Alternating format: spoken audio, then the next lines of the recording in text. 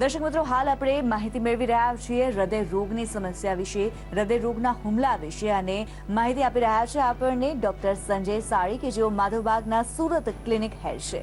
Doctor Sanjay, મહત્વપૂર્ણ રીતે આપની પાસેથી જાણવા માંગીશું, માધવબાગના સુરત ક્લિનિક ખાતે કઈ રીતે લોકોના હૃદયને મજબૂત કરવામાં મદદરૂપ સાબિત થતું હોય છે અને કેવી રીતે ઉપચાર કરવામાં આવે છે?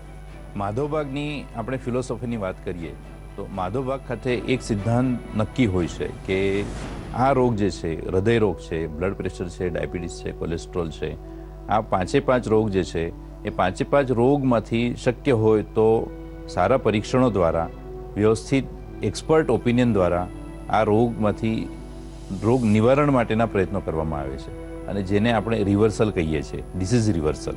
એટલે જ્યાં સુધી શક્ય હોય ત્યાં સુધી ડિસીઝ રિવર્સલની પ્રયત્નો કરવામાં આવતા હોય છે. હવે ડિસીઝ રિવર્સલ કેવી રીતના માધવબાગ ખાતે એચીવ કરવામાં આવે છે, તો એક મહત્વનું મેં શરૂઆતમાં કીધું છે એના હિસાબે કે આ રોગ સમજો આપણા લાઇફસ્ટાઇલના રોગ છે, તો લાઇફસ્ટાઇલના રોગને આપણે ટ્રાય કરીએ છીએ લાઇફસ્ટાઇલથી જ એને બહાર કાઢવાનો પ્રયત્ન કરવામાં આવે છે, અને જેની અંદર આપણે પ્લાન કરતા હોઈએ છીએ કે આયુર્વેદિક મેથડ જે છે, આયુર્વેદની જૂની પદ્ધતિઓ આપણે જે કહેતા હોઈએ છીએ, તો આયુર્વેદિકની જૂની પદ્ધતિઓને મોડર્ન સાયન્સ, એટલે મોડર્ન સાયન્સના જે પરીક્ષણો છે એ પરીક્ષણોને જૂની પદ્ધતિ સાથે મેચ કરવામાં આવે છે અને એના દ્વારા રિઝલ્ટ હાંસિલ કરવામાં આવે છે, જેને આપણે પંચસૂત્રી કાર્યક્રમ કહેવામાં આવે છે. માધવબાગ ખાતે જેવી રીતના મેં વાત કરી કે આ પાંચ લાઇફસ્ટાઇલ રોગ છે. લાઇફસ્ટાઇલ રોગ એટલે હરવું ફરવું, ખાવું પીવું.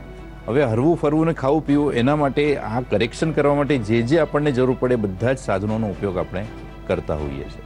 જેમ કે લાઇફસ્ટાઇલની વાતની અંદર આપણે ખાવા પીવાની વાત કરી, તો માધવબાગ ખાતે ખાવા પીવાનું સ્ટેન્ડર્ડાઇઝ એક નક્કી કરવામાં આવે છે, અને સ્ટેન્ડર્ડાઇઝના હિસાબે જે વ્યક્તિને જેટલા કેલરીઝની જરૂર છે એટલા કેલરીઝનું ભોજન રોજનું ગણતરી કરીને આપી દેવામાં આવે છે. તો થાય એવું છે કે સરવાળે આ ડિસીઝમાંથી રિવર્સલ કરવા માટે આપણે ફાયદો થાય છે. ખરેખર જોવા જઈએ તો આ ડિસીઝ રિવર્સ કરવા માટે આપણો વધારે પડતો આધાર જમવા ઉપર હોવો જોઈએ.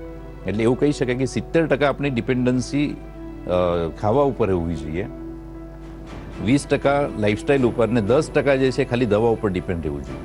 પણ અત્યારે આપણી લાઇફસ્ટાઇલ એવી છે કે 70% આપણે લાઇફસ્ટાઇલ ઉપર ધ્યાન નથી આપતા, 20 થી 30% ખાવા ઉપર ધ્યાન નથી આપતા, અને દવા જે છે 70% દવા ઉપર ડિપેન્ડ રહેતા હોઈએ છીએ.